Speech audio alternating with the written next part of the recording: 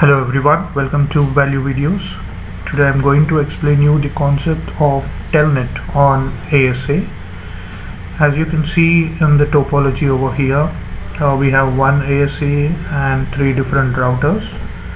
The router on the left is the inside network, the one on the top is a DMZ, and the outside network is R3, which is considered to be ISP in this particular topology. So I'm going to explain how Telnet concept actually works on ASA. So as you know, in ASA by default traffic will always be allowed from the inside network to the outside, that is from higher level to the lower level. In the same way, traffic from DMZ would also be allowed on to outside. When I say inside traffic, it would be the TCP and UDP by default, and we can also allow ICMP traffic by specially permitting. So as per the configuration, you will be able to access R3 from R1 and R2 as well. But when it comes to accessing the ASA directly through Telnet, there would be some principles that needs to be followed. Now as there are three different interfaces here, and we have allowed Telnet access to all the three devices on ASA. Let me just show that to you. Show run Telnet gives you the command. So we've allowed Telnet access for all the three devices. 11.1.1 is on the inside network, 22.1.1 is on the DMZ network, 33.1.1 is on the outside network. So there are some principles that needs to be followed, as I mentioned earlier. So in order to tell the device directly, the ASA directly,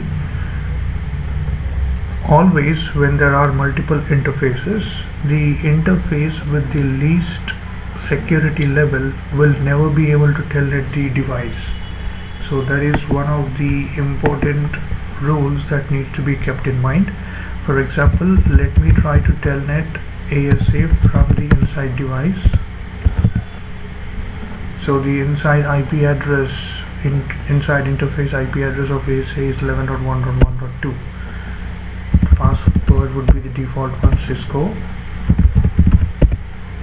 There you go, I got access of the ASA from the inside network. In the same way, let me also try and access ASA from R2, that is from DMZ network. There you go, it's also allowing me from DMZ.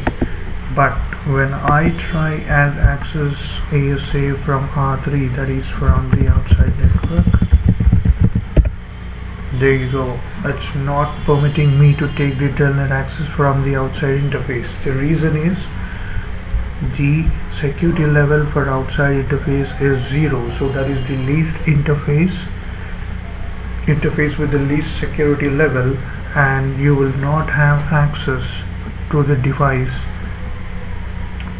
onto the ASA from the least security level. That is one of the most important concept that needs to be kept in mind.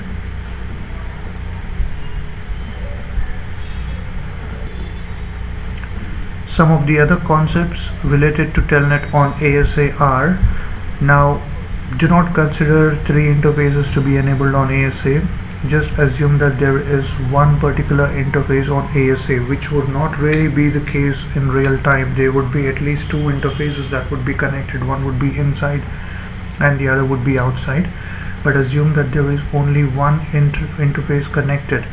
So in that case, if a device that is connected to the ASA will try to take the Telnet access, the security level of that particular interface has to be 100. Anything less than 100 with only one interface connected to ASA would not be able to take the Telnet access of the device.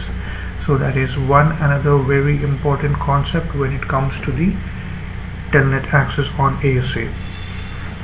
And also assume in this particular scenario where there are three different interfaces, assume that the inside is 100 as usual and assume the DMZ and outside have same interface level. Assume that the DMZ and outside have same interface level of either 50 or 0, whatever. Let us try and make that change on to the device. So I will make the outside security level to be 50 as well, same as DMZ. So I've gone into the interface, security level 50. So the outside interface is also 50, as you can see in show name if. Now what we'll do is we'll just try to take the access of ASA from DMZ and outside as well, and let's see if that works.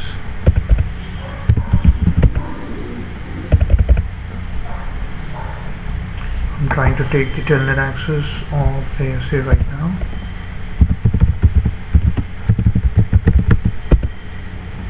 There we go. Now that we've made both interfaces same security level, that is the DMZ and outside have same security level, we would not have Telnet access from both these interfaces. So this is another important concept when it comes to Telnet again.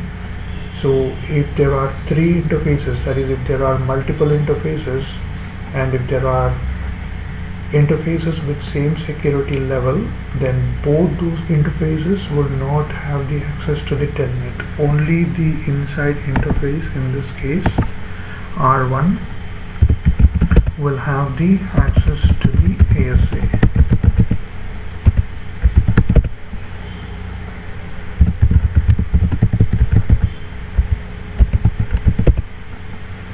There you see, as you can see, only the inside interface device R1 has access to the ASA, whereas the other two interfaces are not able to take any kind of access.